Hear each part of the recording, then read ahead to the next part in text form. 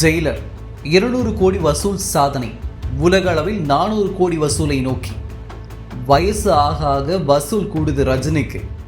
Super star Rajinikanth நடித்த Jailer திரைப்படம் வெளிவந்த 6 நாட்களில் இந்திய அளவில் 200 கோடி வசூல் செய்து சாதனை படைத்து வருகின்றது.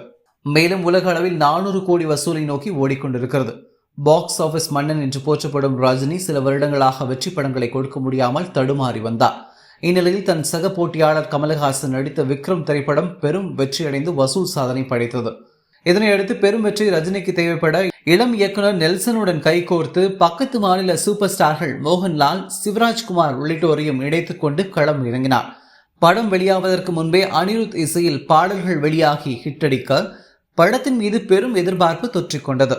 இந்நிலையில் ஜெயிலர் திரைப்படம் கடந்த வாரம் ரிலீஸ் ஆனது. ஒரு வழியாய் நல்ல விமர்சனம் கிடைக்க தியேட்டர்கள் நிரம்பி வழிகிறது. ஒவ்வொரு நாளும் வசூல் சாதனைகளை முறியடித்து வரும் ஜெயிலர் திரையரங்குகளில் 6 நாட்களை நிறைவு செய்து இந்தியாவில் 200 கோடியை தாண்டி வசூல் செய்துள்ளது. இதன் மூலம் பொன்னியின் செல்வம் பாகம் 1 திரைப்படத்தின் வசூல் சாதனையை ஜெயிலர் முறியடித்து உள்ளது. நேற்று விடுமுறை தினம் என்பதால் வசூல் மேலும் எகிறியது. மேலும் தமிழகம் தவிர்த்து கேரளா, கர்நாடகம், ஆந்திரா உள்ளிட்ட மாநிலங்களிலும் தங்கள் மொழி சூப்பர் ஸ்டார் நடித்து உள்ளதால் அங்கும் தியேட்டரில் ரசிகர்கள் கூட்டம் அலைமோதுகிறது. கேரளத்தில் மட்டும் 30 கோடிக்கும் மேல் வசூல் சாதனை செய்து KGF 2 திரைப்படத்தின் வசூல் சாதனையை முறியடித்தது சாதனை படைத்துள்ளது. இந்நிலையில் உலகம் முழுவதும் 400 கோடி என்ற வசூல் சாதனையை நோக்கி ஜெயிலர் திரைப்படம் ஓடிக்கொண்டுள்ளது.